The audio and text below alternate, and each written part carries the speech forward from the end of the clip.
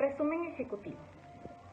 En el presente trabajo de investigación tiene como objeto determinar las barreras comerciales que existen en el Perú en las exportaciones de productos diversos.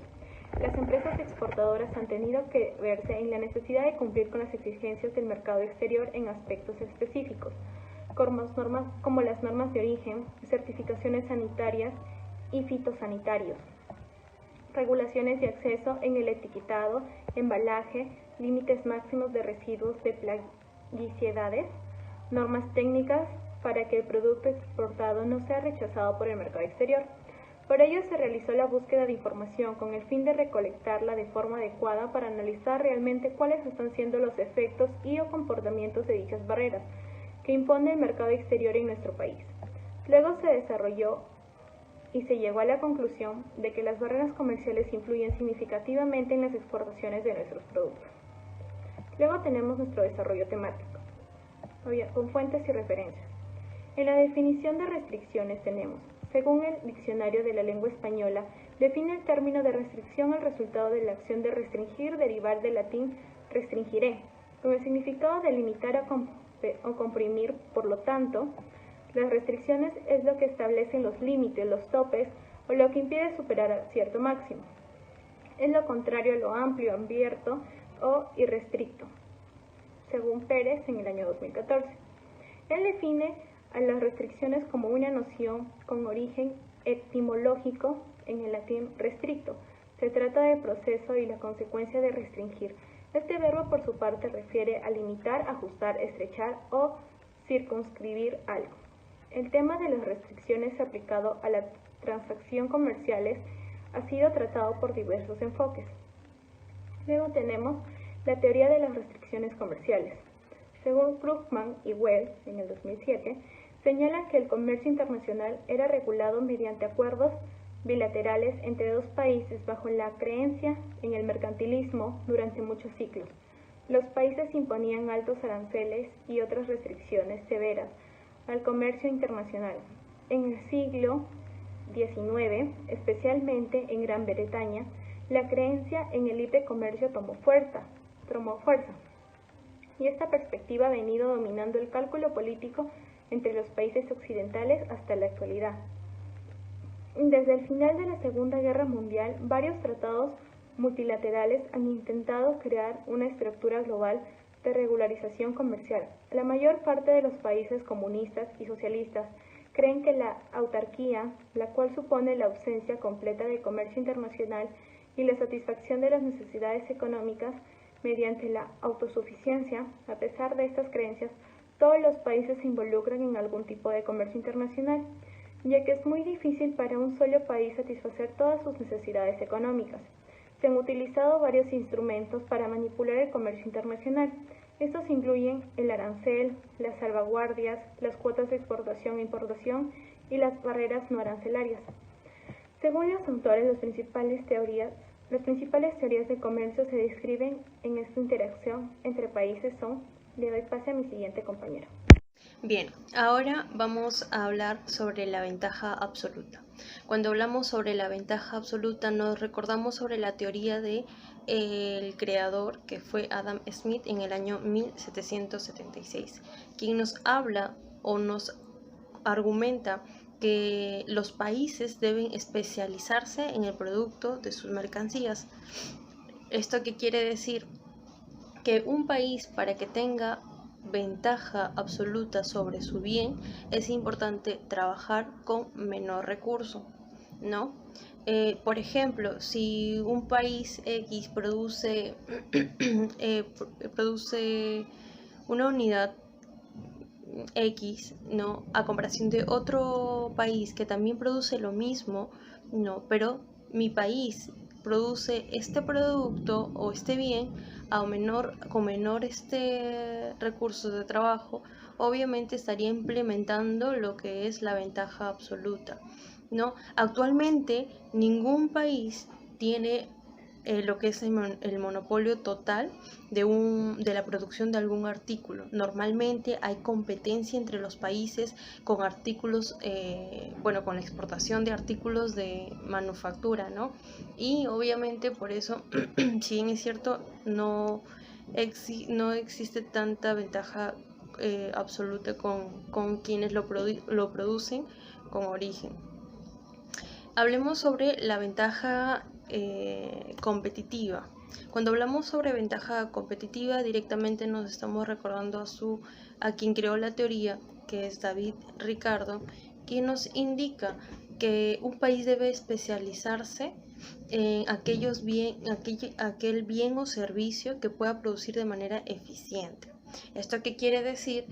Que un país que produzca un bien no necesariamente con menores recursos, sino de que obtenga mayor beneficio. Pueda que ambos países también produzcan lo mismo, ¿no?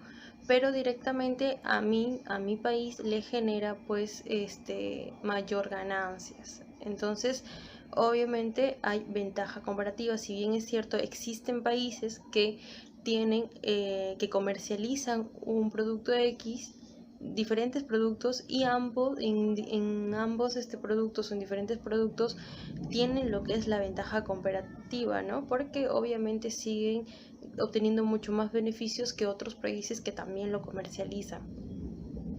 No, directamente pues David Ricardo hace énfasis en estos países que se enfocan en la productividad. Bien, ahora estaríamos hablando sobre la teoría del ciclo de vida de un producto.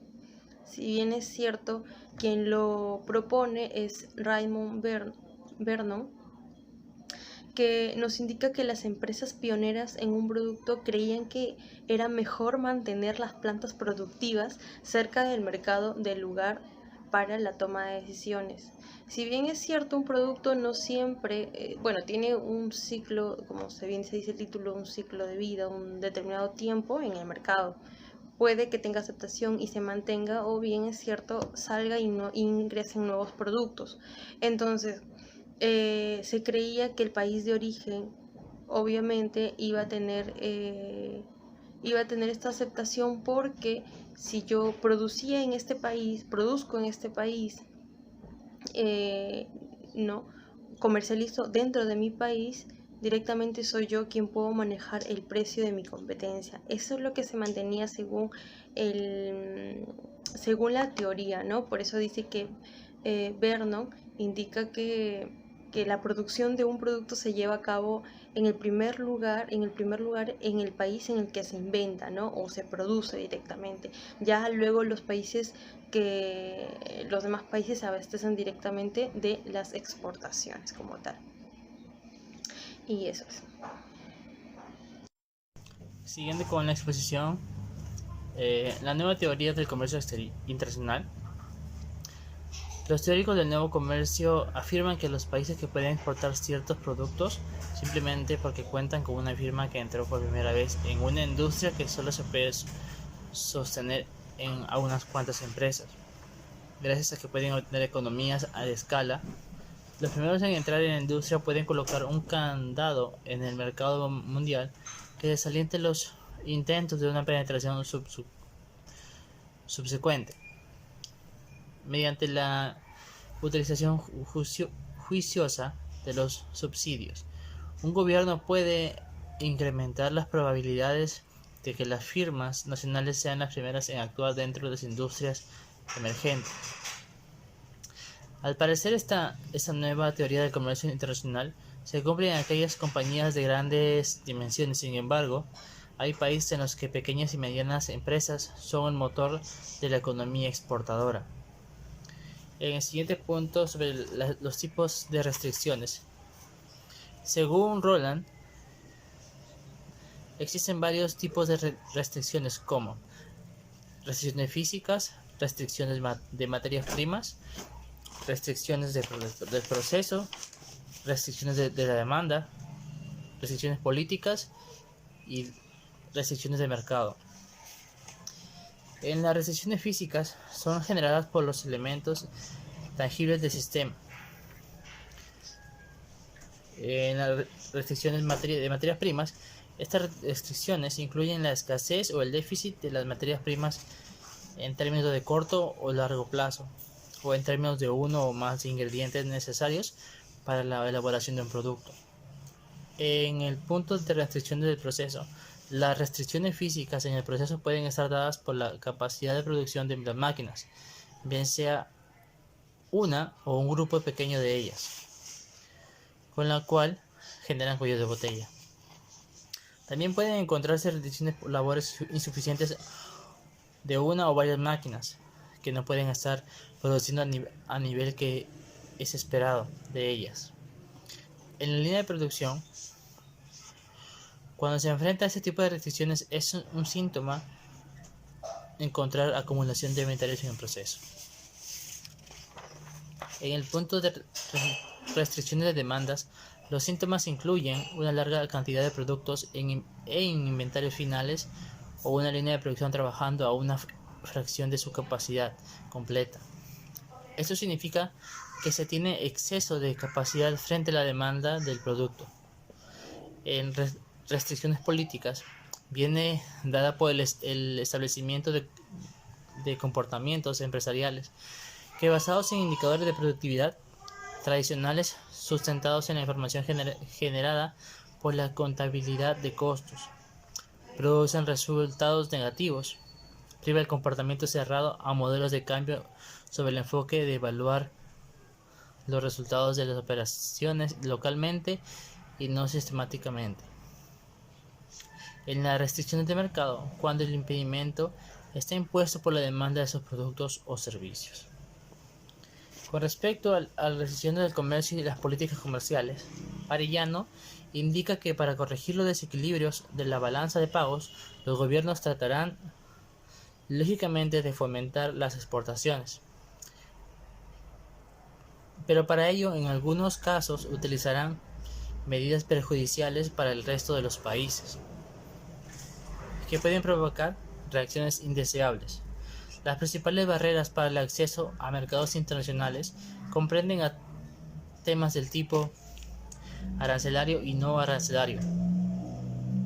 Según el autor Arellano, menciona que las principales barreras al comercio son aranceles, cuotas de importación, permisos de importación, normas técnicas, sistemas cambiarios múltiples, convertibles,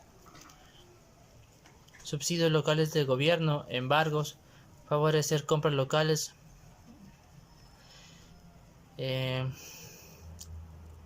falta de transparencia de la mecánica de importación, legislación sanitaria y fitosanitaria, regulaciones ambientales, requisitos de empaque y etiquetado, regulaciones de toxicidad, leyes e impuestos, antidoping y establecimiento de precios oficiales.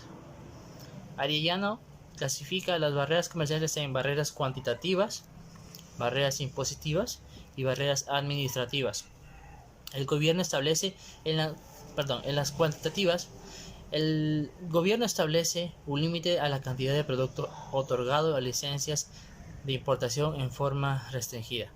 En las barreras impositivas, el gobierno establece una tasa aduanera provocando una subida de precio de venta interior de producto importado, con lo que su demanda disminuirá. En las barreras administrativas son muy diversas, desde trámites aduaneros complejos que retrasan y encarecen los movimientos de mercancías hasta sofisticadas normas sanitarias y de calidad, que, al ser diferentes de las del resto del mundo, impiden la venta en el interior a los productos que no hayan sido fabricados expresamente para el país. Gracias. Ahora daré paso a mi compañero. Bueno, en este caso, hablando acerca de las barreras no arancelarias, hay muchos artículos que citan acerca de ello y lo hablan. Está lo que es Mercado, está Arcos, está el Instituto Peruano de Economía. Arco 2003 nos habla o lo define a las barreras no arancelarias como medidas de restricción hacia el comercio exterior que no están dentro del régimen de regulación nacional. Ahora, ¿con qué objetivo o con qué intención lo hacen? Para salvaguardar lo que es la integridad de nuestra población, nuestra economía y también nuestra salud. Ahora, también está lo que es el está Mercado 2007, la cual describe que las barreras no arancelarias son las medidas que no permiten el flujo de mercancías entre distintos países. Y lo que es en el Instituto Peruano de Economía 2013 señala que la barrera no arancelaria es toda medida distinta a la imposición de un arancel, que restringe o dificulta el ingreso de un producto determinado al mercado. Como ejemplo, tenemos lo que es las cuotas de importación, las cuales imponen cuotas que limita o restringe el volumen de importaciones de bienes y servicios mediante el otorgamiento de licencias que se les brinda. Estas medidas tienen como un objetivo beneficiar obviamente a los productores nacionales y protege a la industria local.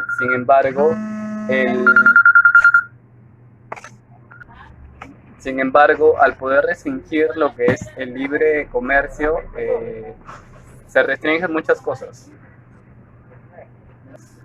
Bueno, y siguiendo con los tipos de barreras no arancelarias, existen varios.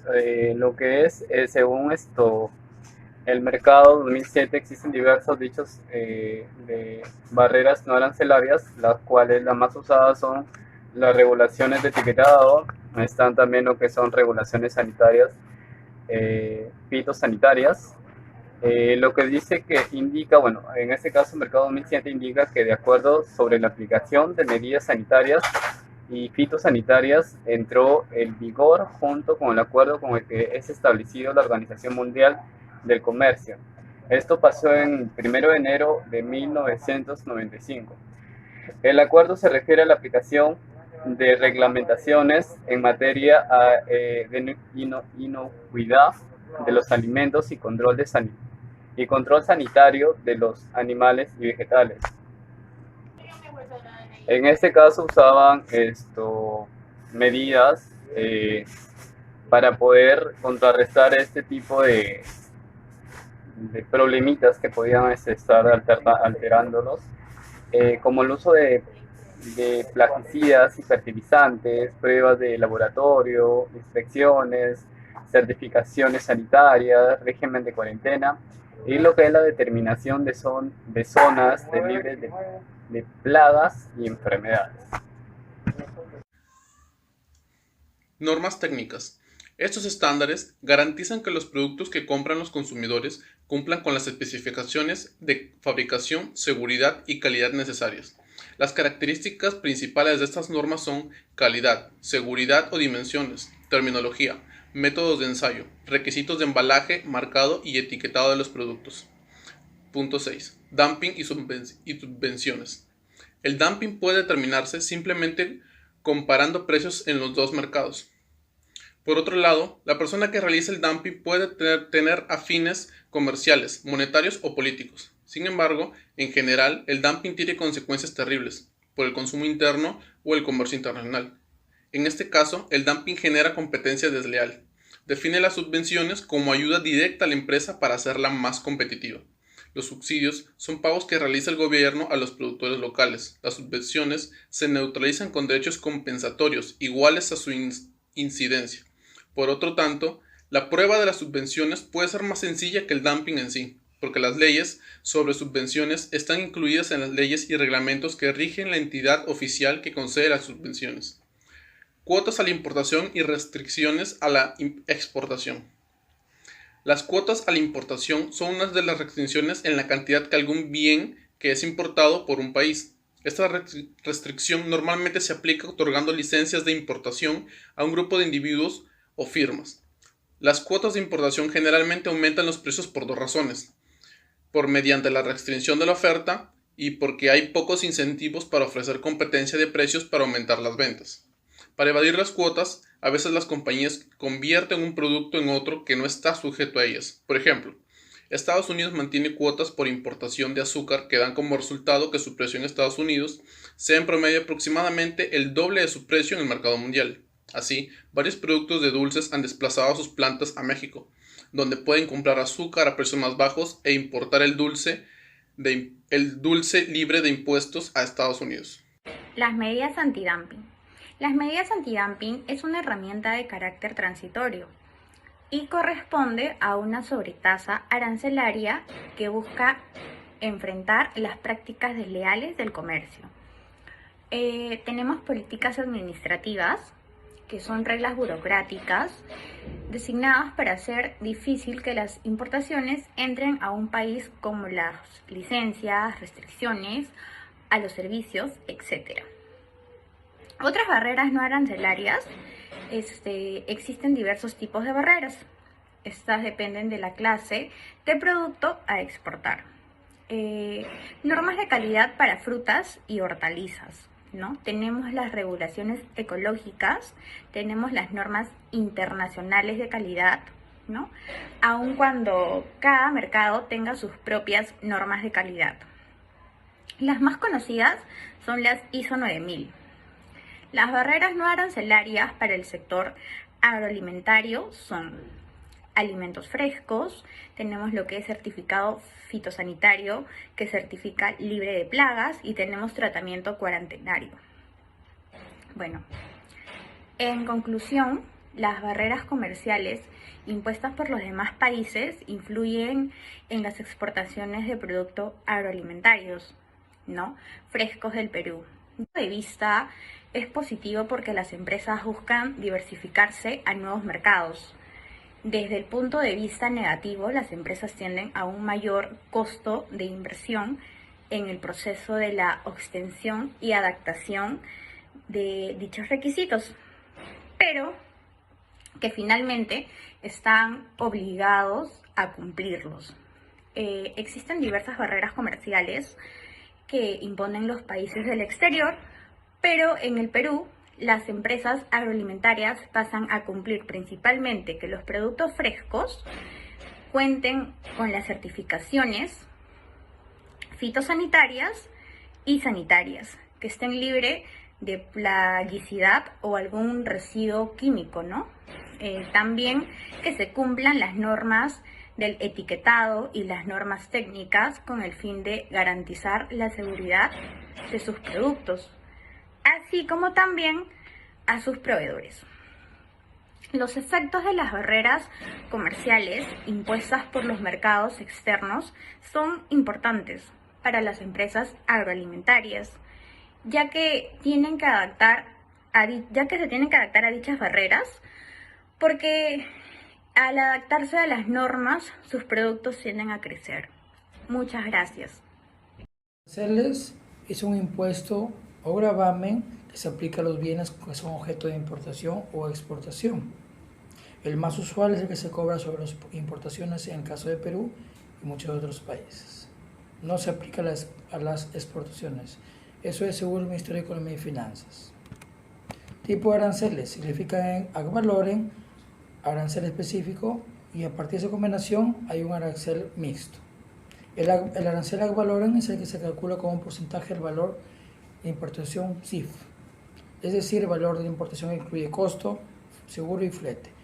Y el específico se calcula como una determinada cantidad de unidades. El arancel mixto es el que está compuesto por un arancel ad valorem y un arancel específico. La clasificación arancelaria son las mercancías que se integran al flujo del comercio internacional. Se clasifica con base en el sistema armonizado de selección y codificación de mercancías. Esto corresponde a un modelo liberalizado de comercio internacional, en lo cual la mayoría de productos importados no requiere de licencia de importación. Efectos son la disminución de las exportaciones del consumo de los productos sometidos al arancel y mejora la posición de la balanza comercial de los países, y el aumento de precio de los productos objetos de arancel en el mercado nacional es por tanto negativo para el consumidor, además de impulsar al país a utilizar recursos ineficientemente, sacrificando la producción, y especialización en los bienes donde existen ventajas comparativas. Muchas gracias.